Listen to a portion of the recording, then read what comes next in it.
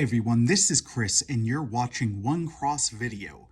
And if you see me looking to what is, I'm not sure if it's your left, I know it's my left. It's because Luna is just over the shot. She's lying down on the couch being like, what you doing? Anyways, sorry, my throat's a little sore. I recently got a new job, praise be to God. I'm so thankful for it, but it also does involve talking pretty much 8 hours straight. And with the weather being in flux like it has been, my allergies are messing with me, so my throat's a bit sore. So if I sound a little bit off, that's why. Or if my energy's lower, that's also why. It's a customer service gig, which is, I'm not gonna lie, I'm having a lot of fun. But it's also a lot of high energy, and with the anxiety and everything, with the mental health, it's now like, hey, I'm gonna mess with you. You are at an energy deficit. But I digress. So today's OCR short is going to be focused on a podcast that's really blown up online, and it's one that I thoroughly enjoy. It's one that I've recommended to people. I've loved discussing with people because I think there's much we can learn from it. But there have been some fair criticisms towards it, and then at times stuff that I would say is a little less unfair, or a little more unfair, or just not fully informed. And some of it I understand why. Like, this isn't I'm not throwing rocks or anything at anybody. But with some people, because this podcast, it's called The Rise and Fall of Mars Hill. And it is Mars Hill was a quite famous megachurch that more or less imploded due to the actions of one pastor, Mark Driscoll, who is currently pastoring a church. My hope and prayer is that he is not the same man that he learned from his mistakes. He opened himself up to rebuke from others and the Lord, and he took it to heart. That's my hope and prayer. And that's something I'm continually doing, especially as I listen to this podcast. I used to be a fan of Driscoll. I didn't always like what he had to say, or necessarily how he always said it, but when I was a younger man, having a pastor who wasn't afraid to address certain topics in point blank terms, that made it accessible to me. Especially when at the time I was using similar phrases. It was almost like, look, if you're going to be bashful about this, like, and you're dancing around and you can't even say the word of what we're talking about, am I going to gain anything from you? So he did have an appeal. But towards 2013 into 2014, a lot of very ungodly behaviors was unearthed. And through this podcast, oh my goodness, it's heartbreaking. But in a weird way, it is also encouraging, and a real opportunity for not just churches and people in leadership positions at churches or anything, not just them, I'd argue for all believers, because there's a lot to be educated about, and it answers some things, especially because it's easy for us on the outside to be like, or someone who's been tracking these bad behaviors, to be like, how do they not see it? They must be willfully ignorant. And you're finding out through this how that's not the case. So the main criticism now, If one viewer in particular is watching, homie, this is not a this isn't a shout out or a rebuke to you in any negative way, shape, or form. You and I had a wonderfully in depth conversation about it, and I understand exactly where you're coming from. This is more so for people when I see believers just seeing like, oh hey, this paints this paints the church in a bad light, so we need to squash this, and then quick to label it gossip and slander. And while both of those things are definitely sin, and while people can just be coming to the podcast for that sin because they want that hot goss, it fuels them, it gives them energy and all that. I mean, in a weird way, we're all wired for drama.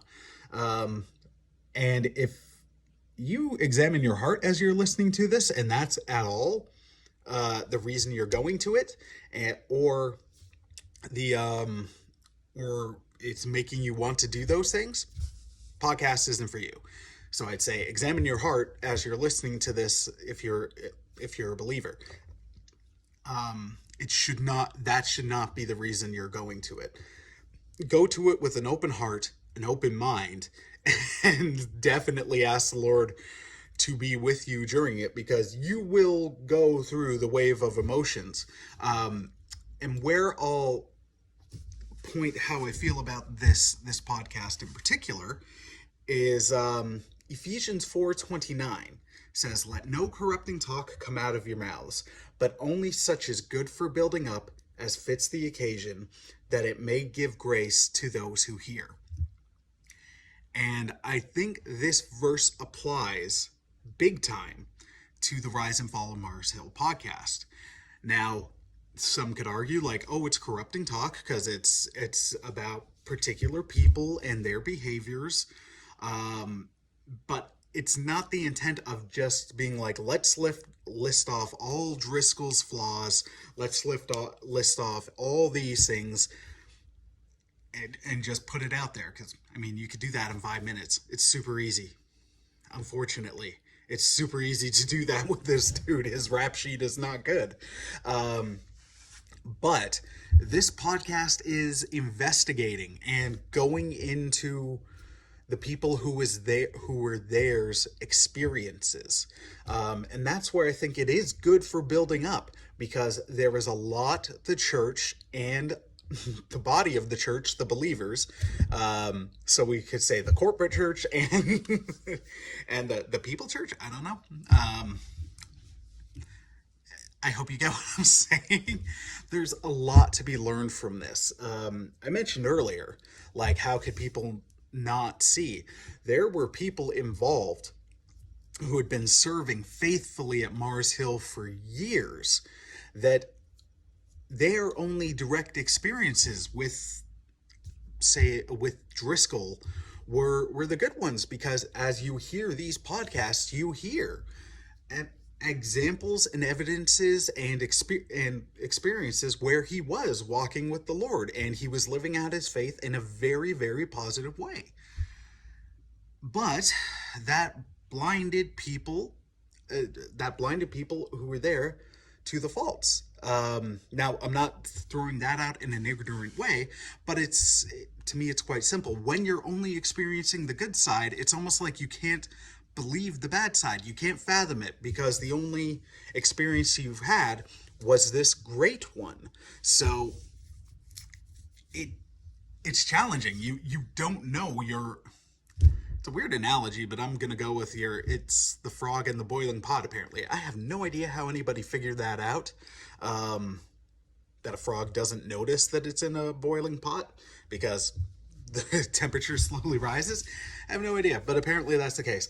Anyways, like, when you're only experiencing the good things, and Driscoll was a controversial pastor to begin with. He courted controversy because of his direct, confrontational, at times harsh, and definitely at times unbiblical tone.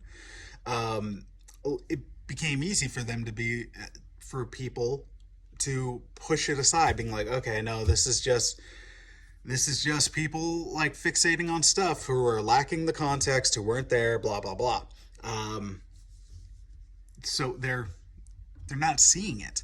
And then you're finding out heartbreaking things like those who did experience like horrible um, treatment from the church, from that church, from Mars Hill, because Driscoll was really setting it up so he was accountable to no one. He was on the board of elders at the same time. I believe he was heading it, and then he slowly would push out anybody who disagreed with what he said or who would challenge him and call him out on his crap, which always needed to happen, with just surrounding himself with yes men. He also, like, the image of Mars Hill was becoming less and less about Jesus, less and less about that, and it was more like, we've got this mega rock star pastor. He is what our success is measured on. And that's never supposed to be what the church is. And that's never supposed to be the role of the pastor. But they allowed it, he allowed it.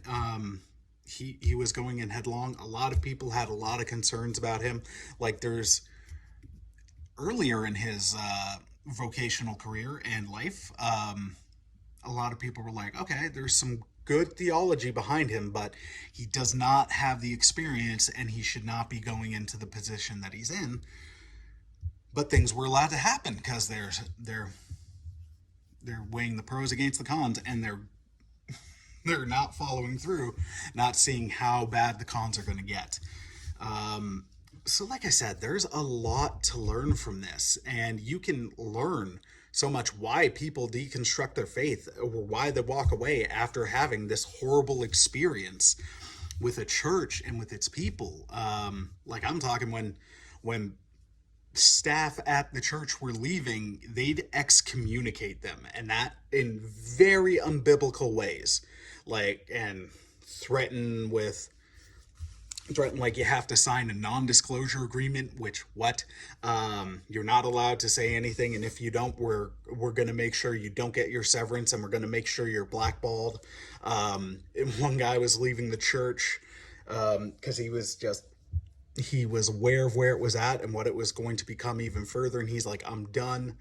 And they're like, they tried to say no, they tried to fight him on it, and then eventually he refused to sign the NDA, and they're like, well, we're refusing to give you your severance, which is wrong and illegal, I'm pretty sure.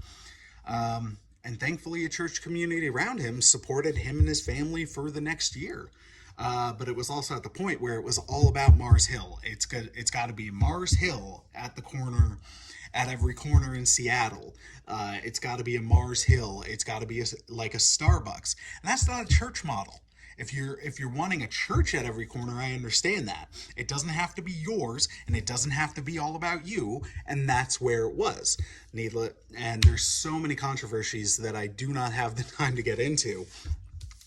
But I do highly recommend it. It is a very tough listen, but I do think that it can be used for building up others, because then you can understand where other believers or people who are deconstructing or in the midst of walking away are, and what informed them and what informed those experiences. And then you can learn how to build them up. You can learn so much from this podcast. So just wanted to share those 2 cents. I think it's helpful. I don't find it harmful in the slightest. It's fascinating. It's heartbreaking. It's interesting. I personally don't think it's harmful. But check your heart if you start it. And if you're going to it with the right reasons, pray through it. And I really think there's a lot to learn there. Have a great week, and God bless, my friends. Also, check out Faith and Fandom. Peace.